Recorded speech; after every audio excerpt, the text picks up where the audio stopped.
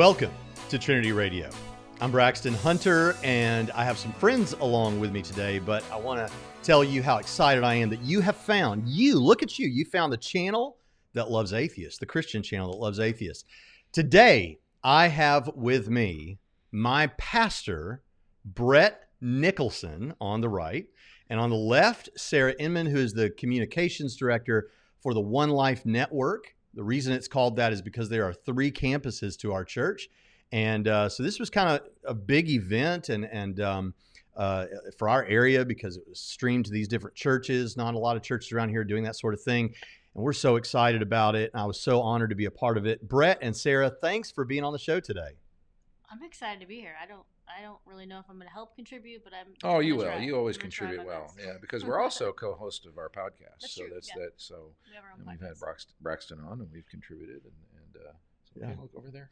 Do what? Is it okay to look over Yeah, there? yeah. Okay. All In right. fact, I'll tell you what, and I don't mind for people to see this on the video. The windows are arranged. I always put myself on the left side, but the windows are arranged right now this way because people kept saying, when you talk to Pritchett, you go like this. And you're looking the wrong way on the screen. So I flopped the screens around so that I could it looks like I'm looking at you. Yeah. But no, I'm so excited that you guys are here. And everybody loves you, Sarah, because you're like one of the first faces we see every Sunday up on the screen doing the announcements and things. Yep. And our whole family knows who you are. So, but still not sure about me. That's how that works. Yeah. Well, they know who you are. There's something I want my kids, and this is something maybe a little later we could talk about a little bit more as part of the show, but I'd like for my kids to have more of a awareness of of the ministry leaders at their church and like know them and that sort of thing. And it's sometimes hard in churches like the one we have where there are all these campuses and you might not even know who's going to be where and that sort of thing. And maybe that's something we could talk about. But what we're primarily talking about today is recently we did, I've been calling it Project Consciousness, but that's not what it's called. At our church, we've been doing what's called the Explorer Edition 1 week out of every month. And this time the subject was on, we're going to talk a little bit more about what that is in just a few minutes. But simply put, it's something for primarily geared toward unbelievers. And it has to do with apologetics. And so we've been working for months on consciousness as a reason to believe in the soul and a reason to believe in God. And so we did that just recently, and it was a blast. And we had agreed ahead of time that we would go on both the One Life Network podcast and Trinity Radio to talk about questions that people had on our different platforms. So we're doing that today. Now, I guess we could just jump right into the questions. What do you guys think? Absolutely. No, that's great. And there were a lot of good questions for our podcast and for this one as well. So you need to go listen to that other podcast. It's linked in the description. I put the video that we're talking about here, the actual project, and the podcast where we answered questions from One Life, because there were some incredible, like what happens to animals and that sort of thing. So like, do animals have souls and what's that all about? And you're not going to get that here. You got to go over there to get that. So go get it after you're done here, but not right now. That's probably the burning question everybody has. So you got to go over there. We're not even going to get into it. That's right. Okay. So the first question, and I want to pitch this to you guys, and you can take the lead on this because it's really a question about church. All right. So if you could only bring, so you say at the beginning of this presentation before I come on the screen, you say, we believe you can bring your brain to church. You say that all the time. Right. And if you knew our church, it's so true.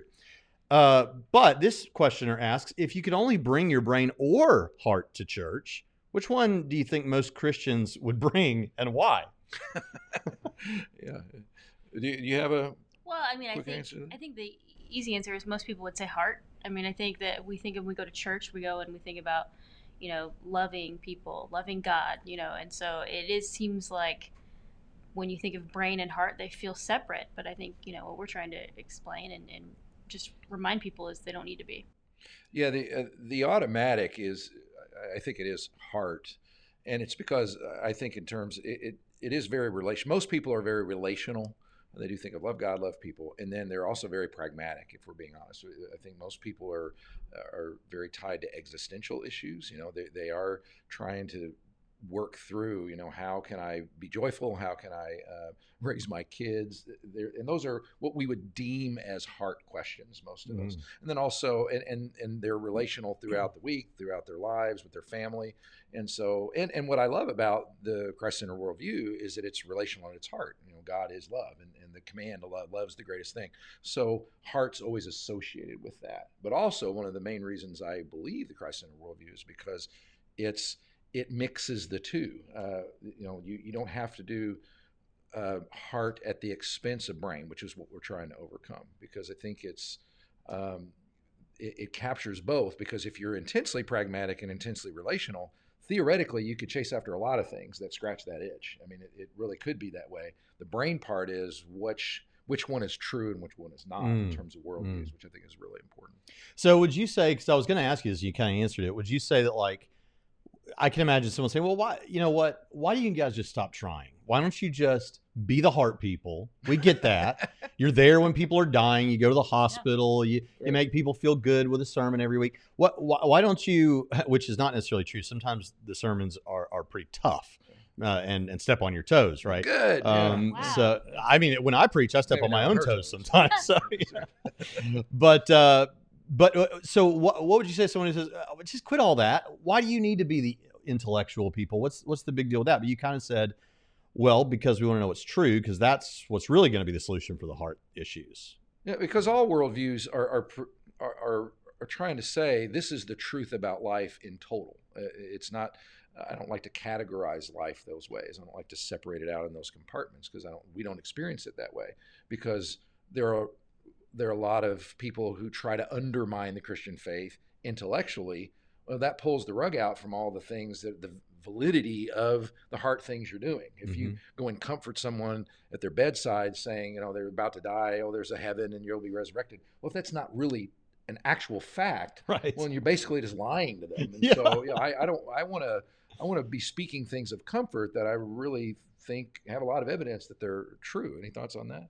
I mean, I was just thinking more of me understanding, you can say these things to me, and then understanding them, using my mind to understand them, even for me, makes me believe them more and care for them more and use my heart more for kind of the mindset as well. Yeah. I mean, we talked about near-death experiences in the thing. And there was a woman who came up, I think we mentioned this on your podcast too, who said, I just lost a friend or something. And it was really powerful to hear that, and it gives me peace.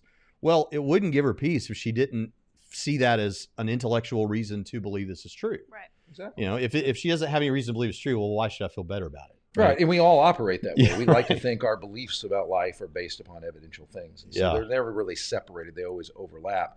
But church has become a little bit more toward the heart, and it has that reputation. And a lot of people within the church embrace that more.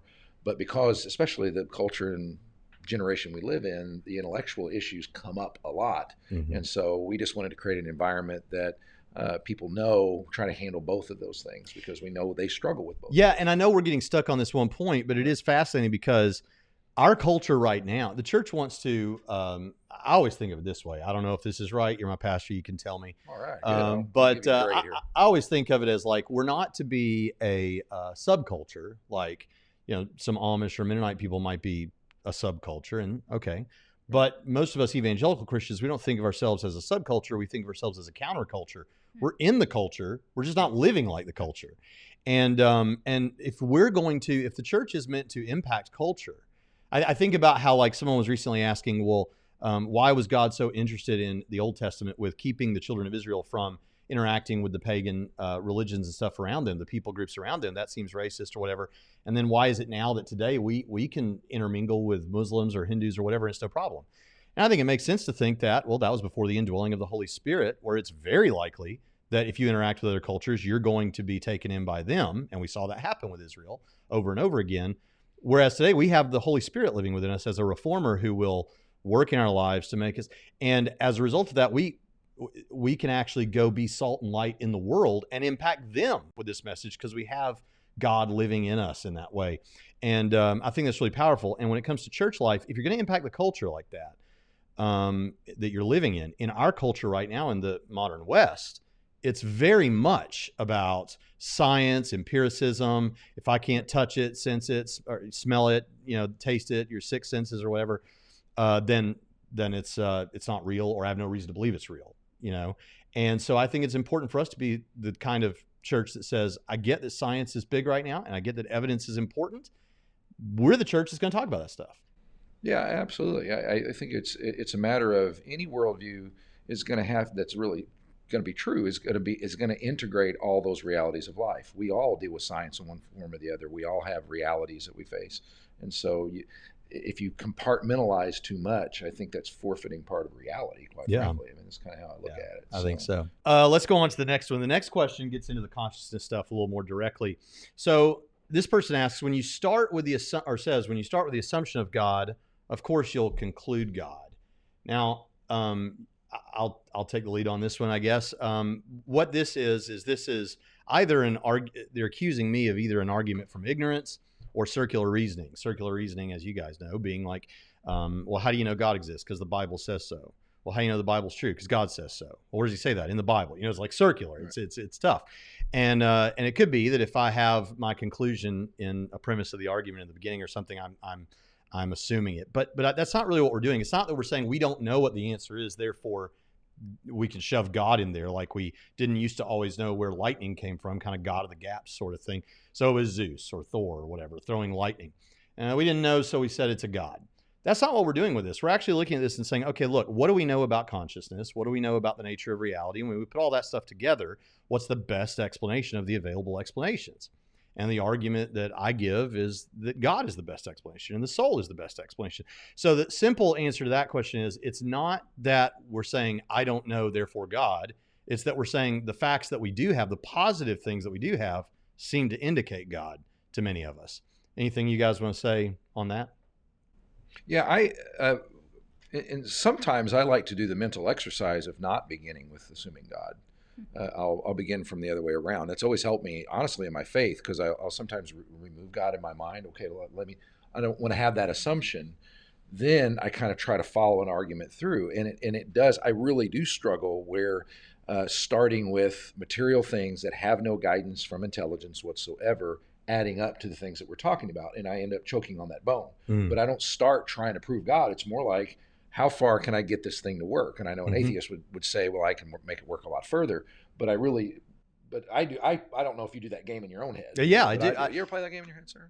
I don't think so. I play other games. She's like, I think like a Christian. Video gamer. There's a lot more fun games out there than doing that. I mean, if I add anything to it, it's more of, I like to have conversations like that because I want to understand people. Like, it helps me understand why I believe what I believe, to understand why other people believe what they believe. I think that's one thing that we try to do even in our church. When we say you can bring your brain to church, it's not that, we're trying to say, that people don't normally, but there's an opportunity for you to ask the question or to use information that maybe you wouldn't normally. So for me, it's like, I want you to come in and maybe challenge that so I can understand why you believe that, so I can understand why I believe what I believe. That's true, because you're a very compassionate person. We all know that about her. And I typically think of how my audience will hear this, and my audience is a lot of atheists. There's a lot of atheists in the audience, and so as a result of that, I think, how are they going to hear what I'm saying right now? And so I think I do kind of think that way. But with some of these things, what we're seeing with the online internet atheist community, and this doesn't mean this is true about your average atheist in your community, but these popularizers online and things that we respond to. Is this, they follow the evidence, or they'll go with you on the evidence, and at some point they may say, now beyond this, I don't know. And you're saying, Christian apologist, that you do know. I'm saying I don't know. That's fair if what I'm saying beyond that, like with the Kalam, for example, the Kalam cosmological argument for God's existence, it cashes out once you do a conceptual analysis to something like, the beginning of the universe, therefore, it is a spaceless, timeless, non-material, incredibly powerful, exceedingly wise mind. Okay? Well, they might say, well, I'll go with you that the universe had to have a cause, and that the cause can't be in time or space or made of matter. But beyond that, I'm not going to say it's God. I'm not going to say it's, And the thing is, it reminds me of the taxi cab analogy. I don't know if you're familiar with that. The taxi cab analogy is where you say something like, well, the argument is like a taxi cab, and you don't just get out wherever you want. This thing's going to its destination. Right. And you can't just use, well, I don't know about that as a cop-out. And sometimes that gets done. I don't know how I started talking about that, but I did. But I didn't know there was a taxi cab argument. Yeah. Now I do. So Yeah, that's right. So thank you. win all around. I have a question though. Yeah, On that. So yeah. even when you say, so if someone asks the question, when you start with the idea of God, of course you're going to conclude God. Most people would not have, history would say everyone started thinking about God, and at some point we concluded not. So atheists would start from there, right? Yeah. What they would mean there more would be when you're giving an argument, when you're presenting an argument, we need to see that you're not presuming the conclusion, presuming that God exists in order to then argue that God exists. Instead, even whatever is true about your life, even if you're a Christian now, and you definitely start with you already believe in God, when you're giving the argument, you want to think it through and not presume that in your premises of your argument, so that you're not. So like, even though you believe that the Bible is true and that God exists, you wouldn't give the argument that I kind of jokingly gave at the beginning to point out circular logic, where I say, why is the Bible true? Because God says so. Where's God say so in the Bible? There's a problem with that, even though we, of course, start with God, right? So hopefully that'll clarify. That's a great question. Anything else on any of that before we move on? I don't think so. Not to make it too formal. Jonathan, usually I'm clamoring for a moment to get a breath in. All right, here we go. So how did God get conscious? How did God? Man, you sound like you're in deep trouble on that one. That could. I'm looking forward to your answer. Yeah. Okay, well, the thing about it is I don't know if many of you read. Did you read "Signature in the Cell" by Yes, Stephen Meyer? Yeah.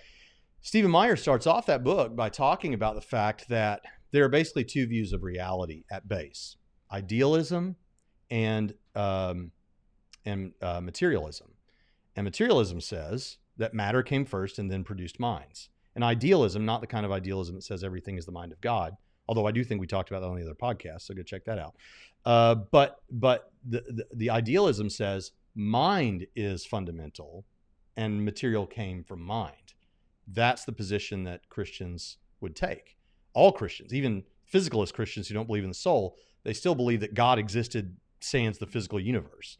So in that sense, I would say consciousness would explain this, because consciousness could give us consciousness. Consciousness could give us the universe. And matter doesn't seem to be able to make consciousness, so it's got to be the other way around. What do you think about that? I agree. You agree wholeheartedly? Is that? No, and I have to correct myself, because I read part of Signature in the Cell. I was thinking of Darwin's Doubt was the one I read. Oh yeah. But that thought is found in John chapter 1, and it opens in the beginning was the Logos, and the Logos was the Word, and I always liked that question, because it boils it all down. What came first? Was it mind or was it matter? And that really, I remember saying that to a woman I was talking to who was an atheist, but I asked her in those forms, and she said, "Wow, I never really thought of it that way before. Did matter produce mind, or did mind produce matter?" And when you and that, going back to that game I like to play in my mind, it is good to look at it that way, because it is very hard to envision unguided material substantive producing mind, what we know of as mind. But our experience, since we have minds, we can relate to the idea that a mind could create things and order things and produce matter. And sure. So that it's a simple thing, but it's also enough. There's enough power there to really kind of clarify things up. I think so. And let's go back to the Kalam for just a minute before we move on. And I could say this. I was hoping you go back to the Kalam. And let's just say that with the Kalam cosmological argument, we would say, okay, a spaceless, timeless, non-material, sufficiently powerful. No one should disagree so far. Spaceless, timeless. I mean, people that believe in an eternal universe, but I'm saying atheists that think the universe began to exist shouldn't have a problem with this. Spaceless, timeless, non-material, sufficiently powerful. The cause has to be sufficiently powerful to begin the universe, or else it can't begin the universe. So sufficiently powerful. And then here's this issue. Whatever the cause is, if it's spaceless, timeless, and not material, then matter didn't proceed. It has to be mind. But there's another reason. In a spaceless, timeless state, and I did say this on the other podcast, in a spaceless, timeless state, there's no passing moments, there's no matter, there's nothing random happening, and there's no deterministic chain of dominoes type thing happening either, because there's no time for anything to happen. Right. In such a state, if you don't have randomness and you don't have determinism, the only thing left is a free will choice. And so I think that establishes for us that the cause of the physical universe is a conscious mind. And that's how this argument has been used for a long, long time. So that's one issue. I think our arguments, even some of the obvious theistic arguments that get you to, because all the theistic arguments are going to get you to a God that has a mind, right? That's kind of the, right. If God doesn't have a mind, we kind of have a problem. All right. So all the theistic arguments are going to get you that. That establishes the consciousness. That may not be what the person was asking, though. The person may be asking, well, how did he get it? And again, we would go back to saying in a timeless state, there is no getting it, because that's like saying, when did he become conscious? And there is no when in a timeless state. So I actually think after you spoke, I maybe made a little more sense with that. So it helps to have your pastor in the, good job, Brett. In the office. Hey, what? All right. Yeah. That So, did seem like the money right there. Yeah, I think that's the way to go there. Okay, let's see what's next. So there was a gentleman in Australia who's working on a master's in philosophy, who James Fodor, who he and I have interacted back and forth before, and he did a response video to this. And I may make a response video to that video and talk about a lot of the things that he said. But one thing that he brought out was he wanted to know why, when I was talking about artificial intelligences, computer robots and things like that, that don't, I say they don't have consciousness. And he says, hold on. He says, I think he says, I agree with you that they're probably not conscious, but there's been a study done that shows that philosophers and graduate students, 3% of them think maybe that AI is conscious. Now, he had said earlier in the presentation, I know you can't cover everything in a like 30-minute Sunday morning message. And then he did complain that I didn't mention what 3% of philosophers think about this. However, that's okay. James, if you're watching, if I had thought about it, I would have included 3%, because that makes the case even more strong. So I didn't include it because I didn't think to include it. I'm aware of the study because I think it's the same one. I could be wrong. I think it's the one that did like 5,500 philosophers and graduate students had the free will and on a number of issues. On this one, I would have included it because I think that would have been good.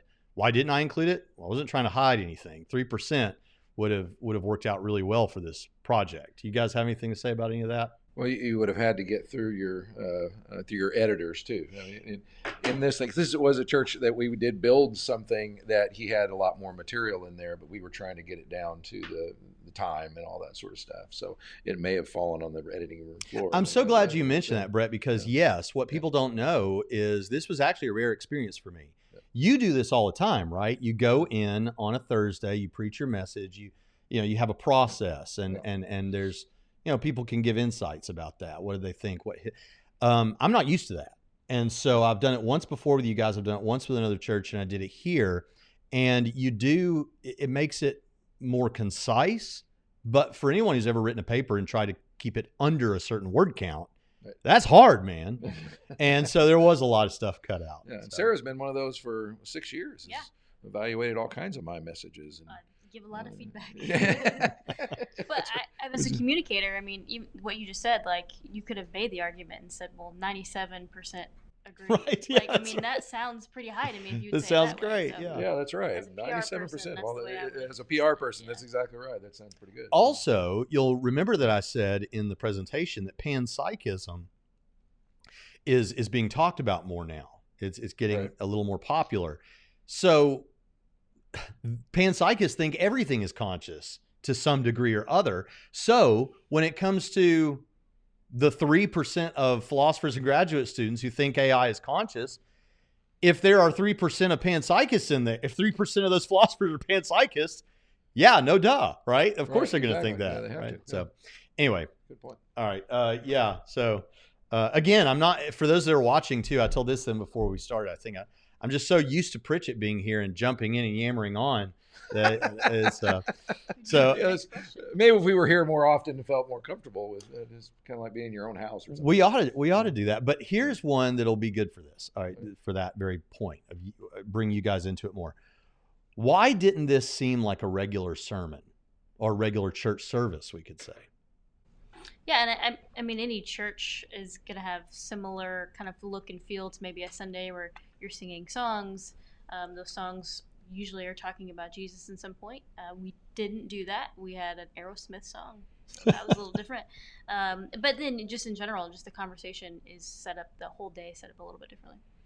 Yeah, the intention was to is we call it our Explorer edition, because our Explorers is our name for people who are unbelievers but also are open to, hey, I would like to hear more. I would like to hear evidence. I would like to think through these things through. That's why we have questions and we try to answer them somewhere. We want to create an environment where people can do that. And so we've done this in different ways, but now we've decided once a month that we're just going to do the Explorer edition of our church, and we encourage people to invite people, or we get word out. And so it wasn't designed specifically to be like a normal sermon, because it wasn't that's not the audience we were really trying to communicate with. The way we set these up is we say, imagine there's no believers in the room at all, and you're really just talking to at least open-minded, unbelieving people who are there to explore, and they want to ask questions, they want to interact with the material. So that was, and as we've designed it, and we talked about the evaluations and all that, and you presented your material, one of the things we try to do is, okay, what would an explorer think of this, and how would they respond to it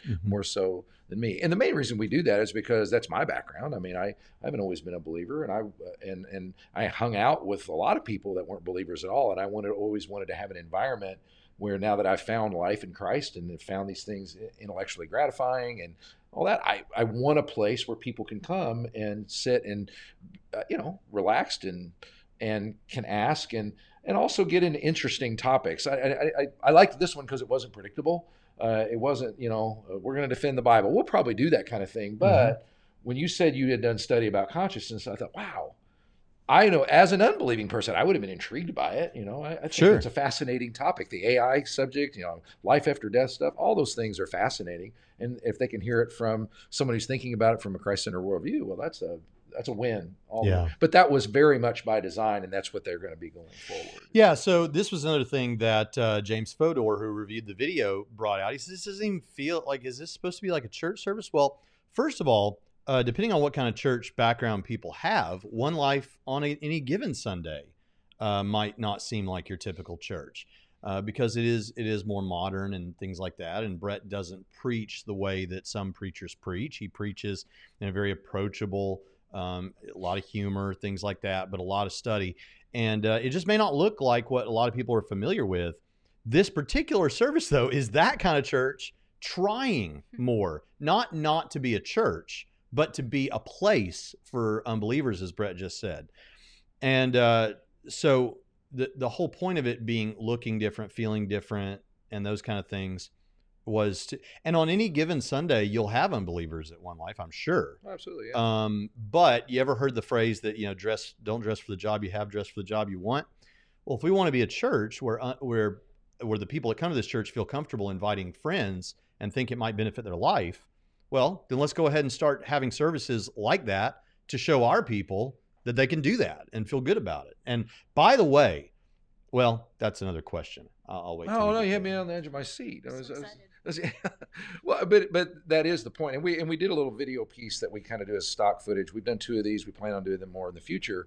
We made a piece that explains it. Like every week we do what most churches do. We do it in a different way maybe, but churches all over the world have basic elements like, they sing worship songs, and they have prayers, they have teaching from the Bible, and they commune with one another and all those sorts of things. But we said we're intentionally not doing that today because we don't want to alienate the person who comes in who's standing on the outside looking in. Because I often think, okay, if I had an unbeliever next to me during the worship set when we're singing for 22 minutes or whatever, however long we do it, and people are raising their hands and doing all the things that Christians do, if I was an unbeliever, I wouldn't know what to do with myself. I'd be sitting there with my hands in my pockets, just kind of looking around. And so we just say, okay, we're not going to do any of that stuff. And that's why we had the Aerosmith song. We had, this is music maybe you can relate to and kind of put you in touch with.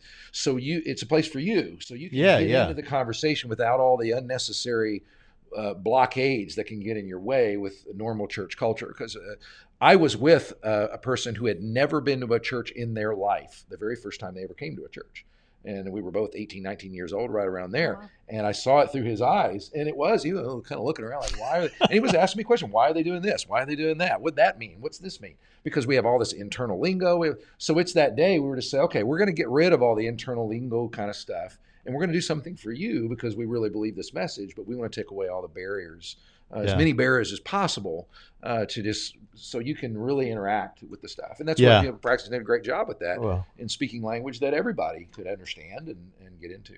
We even, I mean, just the day of, we took the table away. Like something small as that it can feel like something that feels like a church, someone teaching or preaching at you, and said, we took that away from you, which I know, like, you did great with that, but it felt more like a conversation, even just walking across the space. Like, those are small things, but we're trying to think of those things intentionally. It's true, because I think someone said on the comments, like, why'd you do a TED Talk? Because it's, and I was like, hey, that's exactly right. That's what it was designed to do. Yeah, it was a compliment. And it was her idea to go without the table. She tried to get me to go out without the table last time. Yeah, and you mentioning the lingo and stuff, that's one thing that One Life is good at all the time, not just this one Sunday, is, you don't use that churchy language. And when you ever do use a phrase, maybe because it just hits the nail on the head, you would explain it first. I mean, because to an unbeliever, it's true that, like, to take a bath in the blood of Jesus sounds horrifying. yeah. It's just stuff we take for granted because it is an internal culture.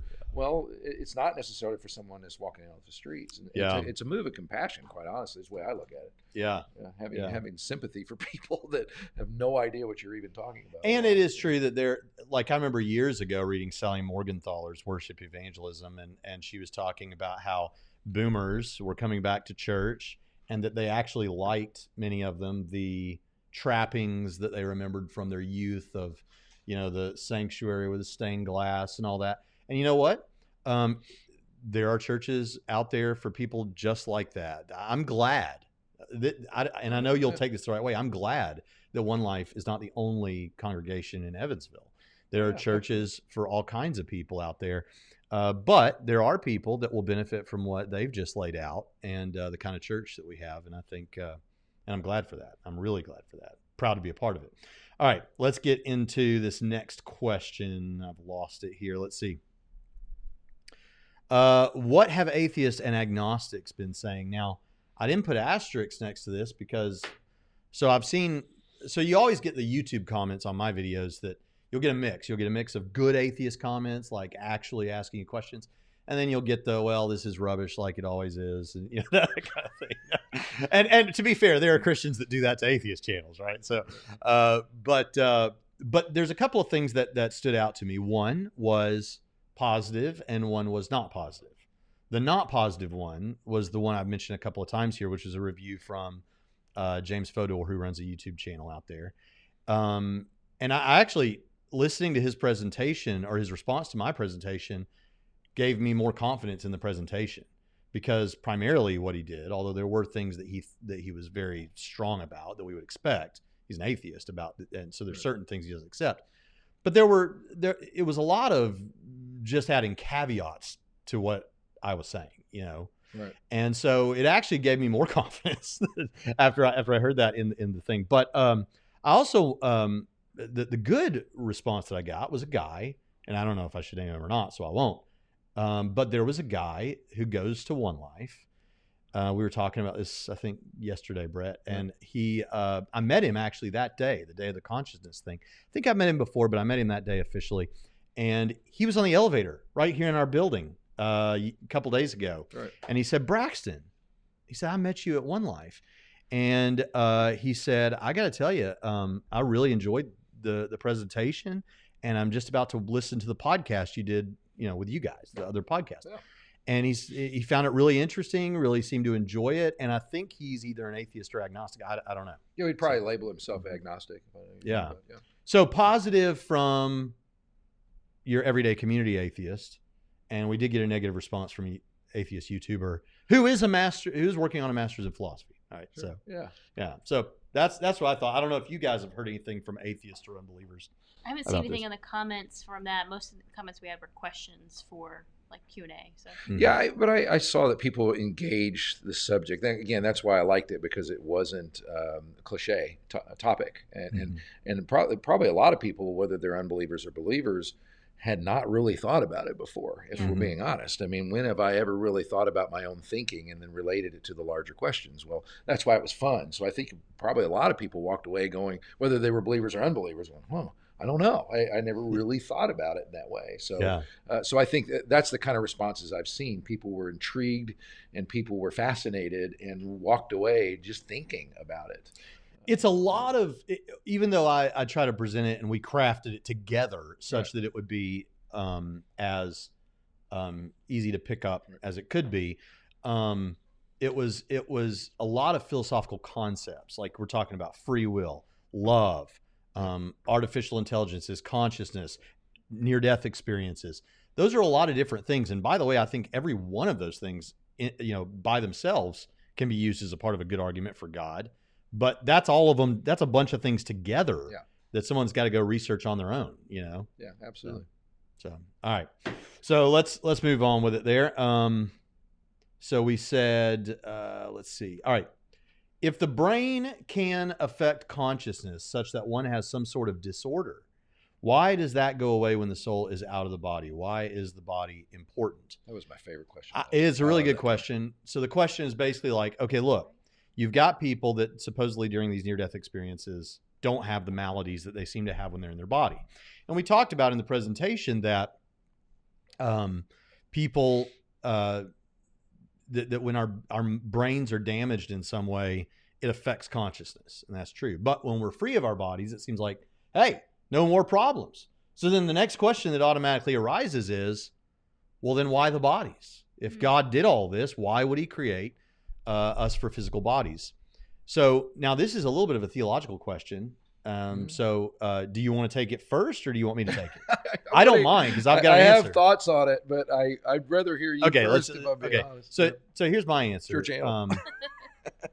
So my answer is that, so God's design, God's intention for mankind and for our cosmos, I think, the prototype for it is the Garden of Eden, I think. You see there the creation of man and woman.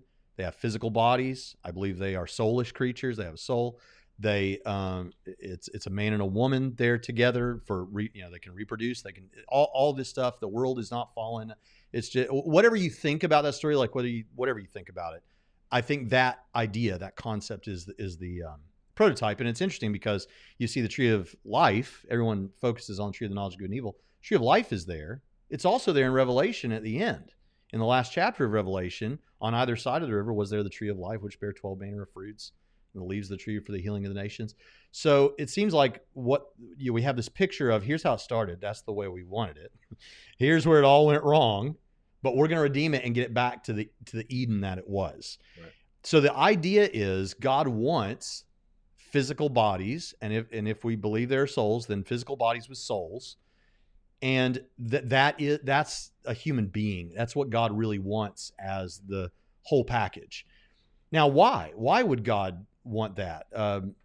Some people have said things like, well, I thought that heaven was the end. Well, the resurrection of the physical earth is ultimately going to be our home. We'll be physical raised bodies on, we could be sitting right here 10,000 years from now talking about, you remember that time when you had that conversation about consciousness there? It's going to be in a resurrected earth and we'll have resurrected physical bodies. The intermediate state that if Sarah shoots Pastor Brett in the head right now, the intermediate, and we'll have, that'll be an interesting conversation. Reach down and grab that one. This is analogy. Like, wow. That's not your favorite analogy, that's right? right. But if he dies, what happens to Brett? Well, we put his physical body out here in a grave somewhere, or we cremate him or whatever. Not going to stay in my office, I guess. And then where does he go? Where is Brett's experience taking place? Well, most Christians throughout church history have thought there's an intermediate state. If Brett dies right now, he's in this place, heaven, we call heaven. We would think of as heaven. N.T. Wright says, heaven's great, but it's not the end of the world. He literally means it's not the end of the world. Even though Christians aren't used to thinking about things this way, we think about, whatever the ultimate after it's all done and we're forever with God, we think about that being heaven. And I think that's fine to talk about it that way. But we need to be clear that the ultimate goal is we'll have raised physical bodies. Why is that an important thing? Well, there are goods, I think, about having a physical body and a soul that you can't get with just a soul. I don't know what all of the capabilities of the soul are. I think we have good reason to believe that you kind of have some sensory experience and things like that, and you can see what's around you. William Lane Craig says maybe it's kind of like, and I laughed at this out loud because I thought it was so like, it's just him speculating, right? He's like, maybe God just does that for you. He just gives you like almost like a virtual reality experience of a physical world, even though you're just a soul. I don't buy that. I just think whatever this intermediate state is, it's a mode of existence without a physical body. But physical bodies give us benefits in that. Well, for one thing, you can sexual union is a possibility, and reproduction. That is a good. In fact, it's the first thing that God tells man to do, right? And so that's an example of something that it seems you need a physical body to do that sort of thing. You can experience pain, and pain is not necessarily a bad thing. Pain is a good thing. It can actually, I mean, we have pain for a reason. It keeps us from keeping our hand on that stove or whatever. When children are born with that weird disorder where they don't have physical pain or they don't sense pain, sometimes they'll just dig at scratches and cuts and open them up and dig in their eyes and things like that. So there seems to be some good to having physical bodies that you couldn't just get with just souls. And if we didn't even have any of that, it just seems that that's the way God wants it. God likes physical stuff. You know, we're not Gnostics here. Gnostics thought physical stuff bad, spiritual stuff good. So Jesus didn't have a physical body, even though it seems like he did. Come on. God made the physical world. He likes physical stuff. He likes to create and design. And I thought about this. We recently, Sarah, Saturday, me and Andy, you guys know Andy. Yeah. Me and Andy both bought Oculus Quest 2s. That's exciting. Have you got one? Very excited. I have no idea what it is. It's a virtual reality. Oh, is that right? Yeah, it's virtual reality. And so you put it on, and I'm in this amazing world, and it's so much better than I expected it to be. Yeah. It's just amazing. And but where you start out, you're just in this room. Now you're in an amazing room. Maybe I'm on the porch of a ski resort or something. You know what? But that's like your hub. That's where you start out each time, and you decide what you're going to do. It's like your desktop on your computer, right? Well, I don't want to just stay on my desktop. I want to go do stuff. So I got to get programs and apps and things like that. And in the virtual reality, if I want to play ping pong with Andy, I've got to have the right apparatus for playing ping pong, which means I got to go buy an app that gives me these capabilities in this VR. Saying, why can't we just be the soul all the time, sounds to me like saying, why can't I just sit in the homeroom where there's nothing to do all the time? It's not that there's nothing to do if you're a soul, but there's all these opportunities with in the physical world that you would miss. So you kind of need to have that app too and go do stuff in the physical world. And I thought that opens up. I don't have a ping pong paddle attached to my hand all the time, but if I get the right stuff, I have one now. And in a similar way, I think there are benefits to having a physical body. I think there's all kinds of benefits for that. And we pointed out a couple of them here. So that would be my answer. What do you think? Yeah, I took the words right out of my mouth. Any thoughts? Nope. Yeah. But you like, what was it called again? The Oculus. The Oculus. And it's Oculus, a virtual reality thing? Yeah. Big headset deal? I've And once. It's amazing. Yeah. Mark Okay. Zuckerberg has done this for you. Mark Zuckerberg owns that, and they have made it $300. So, Oh, really? Wow. Okay. You ought to get one. It Hey, doesn't Christmas require. is coming up. Yeah, no Nice. computer. It doesn't require a computer. You just do it on. No Why are we kidding. talking Yeah. about this? Teach a message that way. Yeah. Exactly. VR. Yeah, that's right. You can record a service in Yeah. VR. And fill it Oh, with I've a got room of ideas for people the that Explorer only agree with me edition. and Good like all my idea. stuff.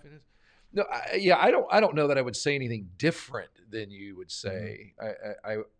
But one of the things that I've always loved about, since I really started to appreciate it, was the honoring of the physical in the Bible.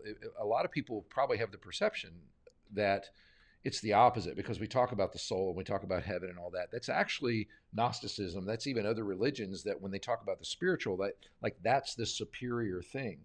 And actually, God's world created, its tactile, concrete, physical stuff is very honored. It's called very good in the Bible. You know, we live in a world that started great and is fallen. It's twisted, but all the good things are there. They're just blurry now. They're distorted. Mm-hmm. But that's what is trying to be restored. So I really appreciate, when Jesus comes back from the dead, he says to his disciples, look, I'm not a ghost. I've got flesh, I've got bones, Yeah. just like, and that's really, really, really significant. But it's saying, because the ultimate destination is to have that in a more fulfilled way. And I think that's fascinating. I think it honors the world that God created now, in that everything from playing ping pong to being able to run down the street or have a physical existence is the intended thing for human beings. And it made me wonder, how much are you limited? If I went to my intermediate state after Sarah shot me, would I be limited? How would I be limited? I mean, and you get the sense that it says all creation groans waiting for redemption. Are you kind of groaning in the intermediate state, kind of longing to get out of the limits? I think the experience is pure joy and worship, and that's what we'd all want here in our physical bodies. But you're still longing.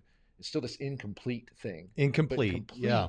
Is heaven will be more real and more physical for us once the final day comes than we experience right now. And when I started thinking that way about heaven as opposed to this wispy sort of spiritualized existence, that's really exciting and a lot more realistic too. I mean, and it makes you look forward to, there'll be instruments. We can play music or basketball or any number of things like that, just on this greater level, where those two things are joined, the soul thing, the joy and the worship and all that, and our physical redeemed creation. I think it's a beautiful vision, but I also think it corresponds to reality as we experience it.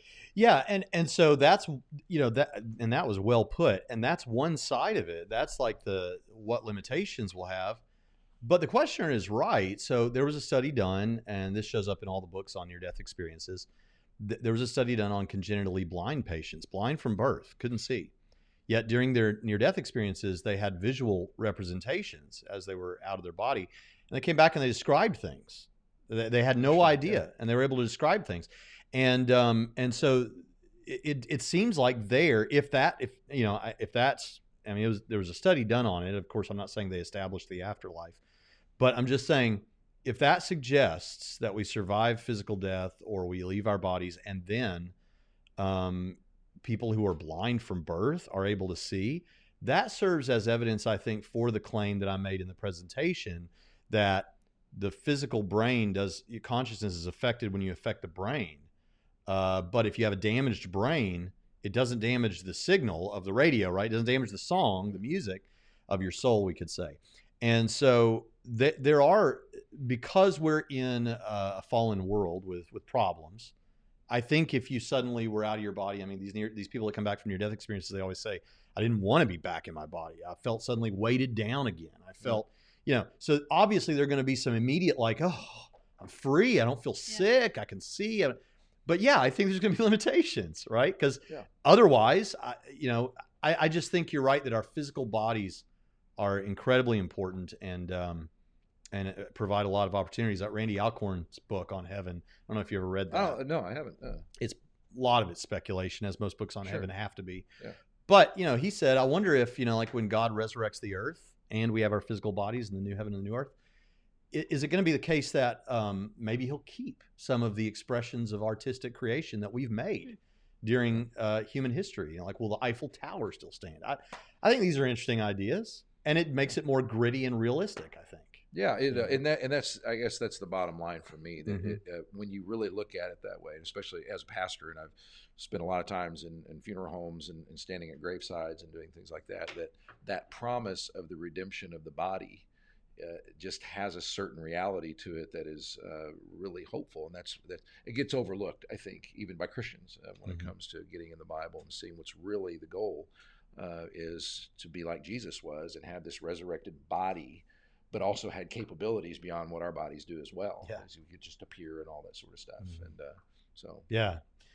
All right. So this one is, why is consciousness necessary for free will? And I have to say, I understand that free will is a complex subject.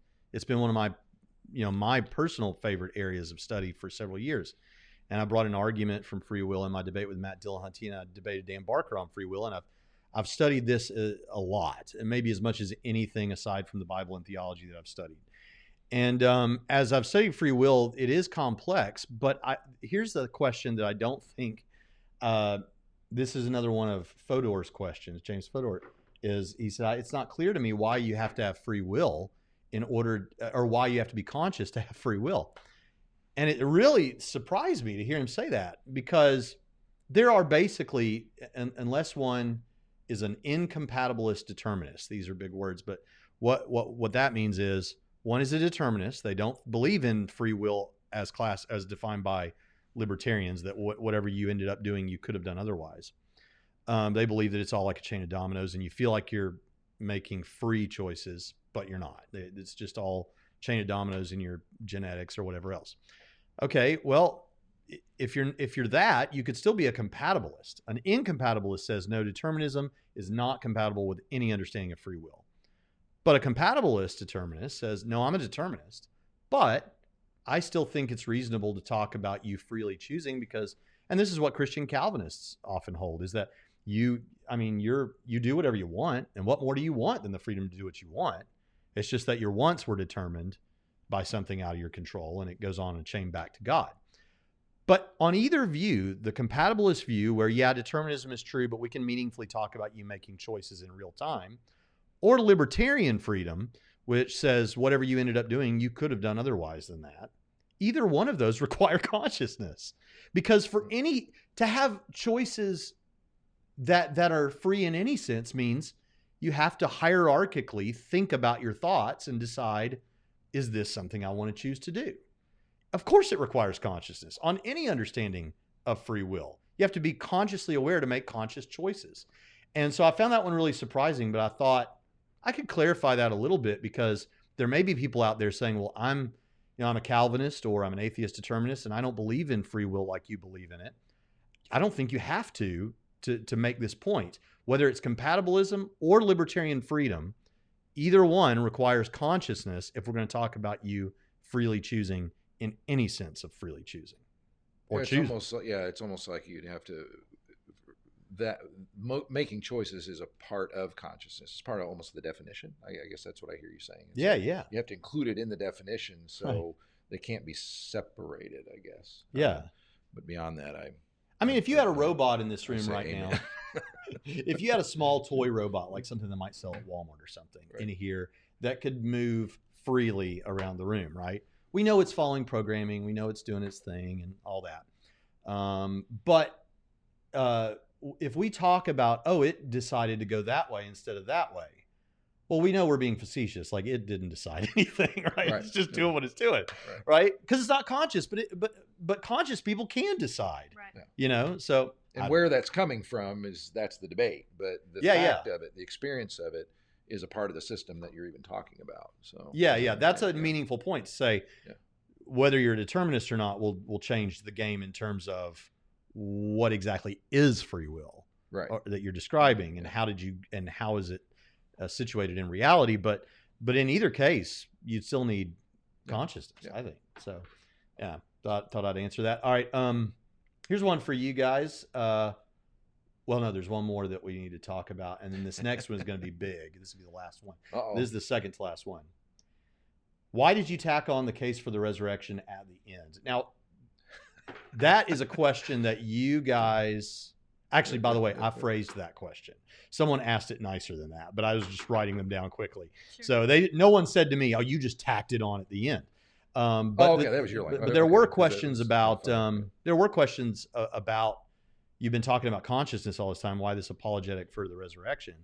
And the reason for that is, and we did have conversations about this, like, do I have time to fit this? How quickly can I? If I do it quickly, does it cheapen it? Those kind of things. But we are Christians, and even though most of this presentation was not specifically about Jesus or about Christianity, the end game was. And the end game is God is the best explanation for consciousness. But I don't want to just give you God. We're a Christian church. And so we want to introduce you to our King. And our King is Jesus. And here's what happened to him. And those minimal facts that I gave were not disputed by the guy that was reviewing my video. He just wanted to know, why would I make that case there?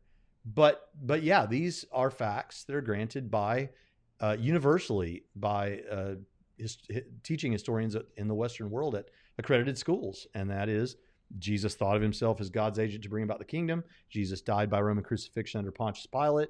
His earliest followers had experiences that they interpreted as appearances of the risen Christ, and they were so committed to these facts about the resurrection that they were willing to die for it, and many of them did die. So that's all you have to say. But I've got enough of a loudmouth, leather-lung, red-faced Southern Baptist preacher in me left that I can't get on a stage anywhere and not talk about Jesus at some point. Yeah. Any other thoughts about this? I mean, I know that just in general, like you talked about the video we made that explains Explore Edition, what the point is, why we want to do it. I mean, we do think that there are good reasons for 21st century thinking people to think of these things, and this is one of the things. And if you're talking about consciousness, why would you not give the most information that conscious people have come up with that said this was a real person that really existed? Boom. Yeah, there you go. See, nailed it. Yeah, I no one notices this probably, but I try to mention the resurrection in every sermon I ever do. Really? And I didn't know that. She's heard more of them than anyone. The word, the concept is in there somewhere because I think it gets left out too much, quite honestly, because it's the properly basic message of the Christian faith. What you just said, the identity of Jesus, his death on the cross for the atonement, and his resurrection that sealed his identity and provides this. Why should you listen to him? This is why, because he rose again from the dead. And so I think it should be in everything because it's that ground floor that you're always standing on. And again, it was a church service, a Christian church. And I love the topic, and we'll swing out even wider on some of the topics that aren't directly related to that. But if the Christ-centered worldview is really true, then all things really are connected to that. And that includes consciousness, that includes all those things. So I'm glad you did. And I love the little mini apologetic for it too. But I'm glad the Southern Baptist preacher thing is in there anyway. But it is. The church was started on the resurrection of Jesus Christ from the dead. It's that ground floor thing. So you shouldn't leave it out. Even if you only get it in there subtly or just at the end or whatever else, it should always be a little bit of part of everything. It's the historical centerpiece of the Christian faith. Absolutely, yeah. You know. Last question, and folks, you're going to be tempted when I ask this question to go ahead and leave the video because it's going to sound like denouement type material where we're closing things down, but don't, because this, what we're about to talk about is the reason you, as a person who watches apologetic content on YouTube, should care that there's this church in a place called Evansville, Indiana, called One Life Network or One Life Church and the One Life Network. And it's because you got bigger visions for this. And I'm not the only Christian apologist that you're thinking of having come. Right. Now, we don't have to give specifics or anything, but we talked about this yesterday, had a whiteboard out, brainstorming about it. What are you planning on for the next year? Yeah, and you'll have to help me with some of the names because that's why we were brainstorming. Well, for the next year, we want to continue with it. We're going to evaluate the whole process in this March and try to go thing. What was strong about it? What was weak about it? What do we need to change? We're going to do that. But the vision for it is to continue to do this as a regular part of our lives there at the church. We do some of them. The one we did with Braxton, this one had a little bit more production bells and whistles on it. That was on purpose. You know, we did the Aerosmith song. We dropped some bubbles from the ceiling. We did some light show and video and original music. Two original music in there. We keep mentioning Aerosmith. We actually had a local band called Ride the Giant that wrote a song for it specifically, and then he also added another one that really fit, that he already had, that fit the topic. We'd like to do more of that. We'd like to feature more local musical talent, more original music, more local film, art, and everything like that when we can. But the goal is to bring in up-and-coming YouTube apologists and people like that. I think is it okay to mention names? Let's not mention names except the one that has already agreed. Okay, good. To give you an example, I just talked last night. This is not set in stone or anything yet, but I'm trying. I'd like to get people like Cameron Bertuzzi of Capturing Christianity, and I had a conversation. Cameron's very open to it. So yeah, so that's one example of. So we were brainstorming with Braxton and Jonathan about who are names that we think would be great at doing this and would be very relatable to the audiences that we're talking about. And then our job as a church is sort of frame them in what we do and production, give them a platform and do it in that format. That's something we haven't said on this that we need to say, or that I need to say. One Life is incredible with creative stuff. The creative team there is, and you're on it, Sarah, but it's true. It's that you don't understand. Like people were saying, did did they get this video from some online? No, they made that video that played behind the band when everything started. They made that. Jimmy probably made that, right? Yeah, the first one. Yeah, they 2 original songs. Aerosmith. I'm amazed that we found a guy within 500 miles that can sing like that, and like Steven Tyler. And you know what? He's one of our music guys at One Life. Yeah, he's one of our worship leaders. Yeah, he's great. And people have been asking me about the slower song that Ride the Giant performed, and people have been asking, where can I get that one?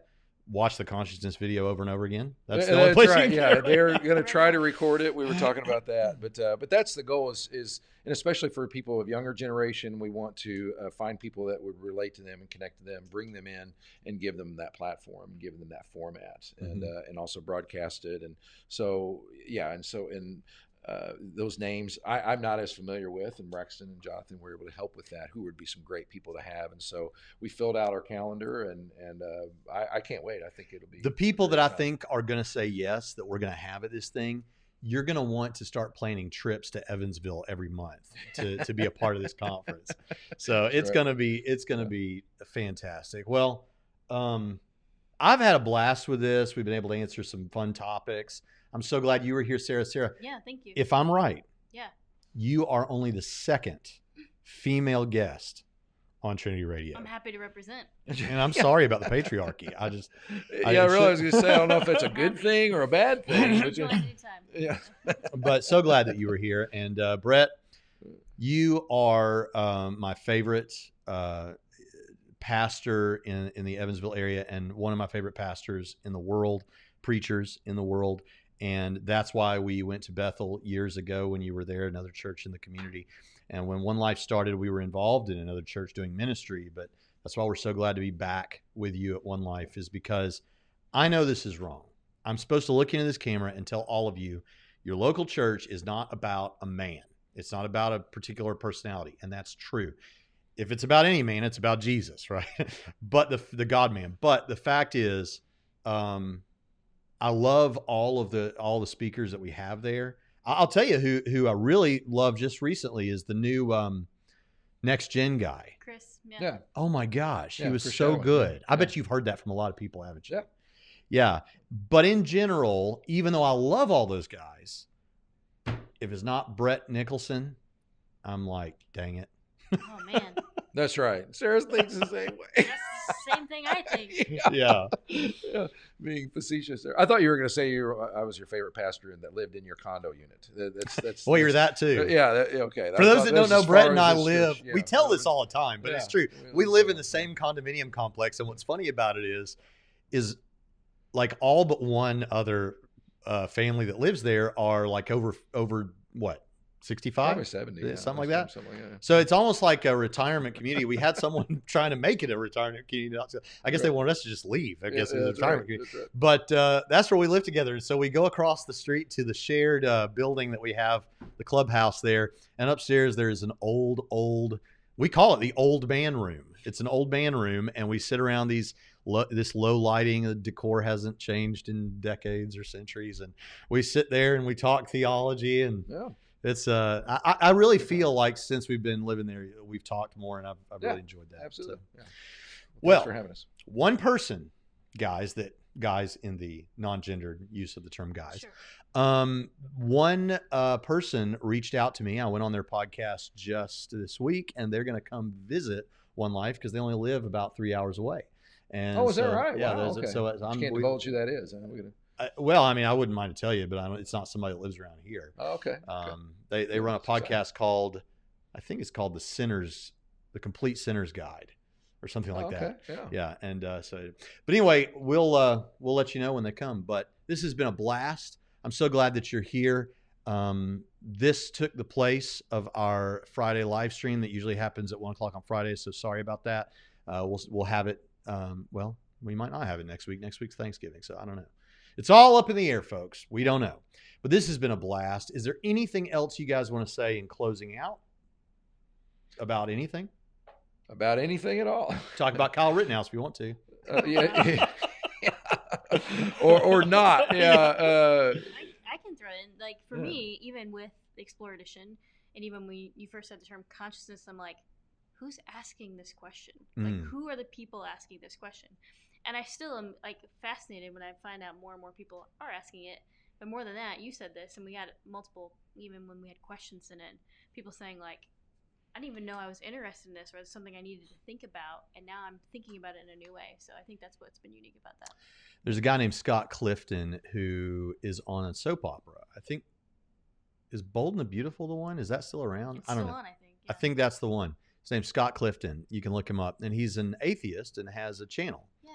And he and I have communicated quite a bit. And I made a video, 10 Questions for Atheists, in 2021, and he was the first one to respond. He made a video responding, and one of the questions I asked is, do you think there's any evidence for God? And he mentioned a couple of things. One thing that he mentioned was consciousness, and that was before we had done anything with this. And he said consciousness is one of those evidential chips that falls in favor of theism. Consciousness is more expected if there's a God than it would be if there wasn't a God.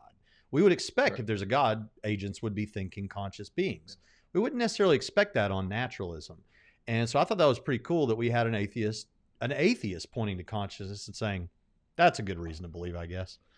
He didn't say that, but he said it falls in favor of it. Yeah. Yeah, I think and I guess that the last thing I would say is the reason that I believe is because the Christian faith as presented in the Bible reflects life as we experience it more than any other worldview that I know of. And I think if you look at it, that because it can include consciousness or historic things or afterlife issues, all those things are encompassed in the fullness of that truth. And I think you have to look at it that way. But I hope that people will be open to the fact that our church, and I think what connects Braxton and I, is that we really do have compassion for people who do struggle with that. I mean, I sympathize with people's doubts and struggles. I get them. And you want to provide a place online, and we want to provide a place in a physical building that really actually provides a forum where people can wonder about these things out loud and think about them, and on a level that's respectable and solid. So, well, if everything goes according to plan, if you continue to follow Trinity Radio and my ministry specifically, you will see more of Brett Nicholson and I doing things together. I think we've got some other plans. But listen, this has been a blast. Thank you all for showing up. I really appreciate it. And listen, folks, if you would like to support what we're doing here, you can go to patreon.com/TrinityRadio. Patreon.com/TrinityRadio. It's linked in the description every week. Maybe not this week, but most weeks. We not only do a live show that's public, we also do a live stream for patrons. And we even throw out the link to come in and talk to us right there on screen. So love for you to do that. $1 a month and you could be in the door. But if you don't do that, we'll keep producing this stuff just because we love you. We love atheists. We love our King. And this is what we believe he wants us to do. So this has been a blast, and we'll see you next time on Trinity Radio.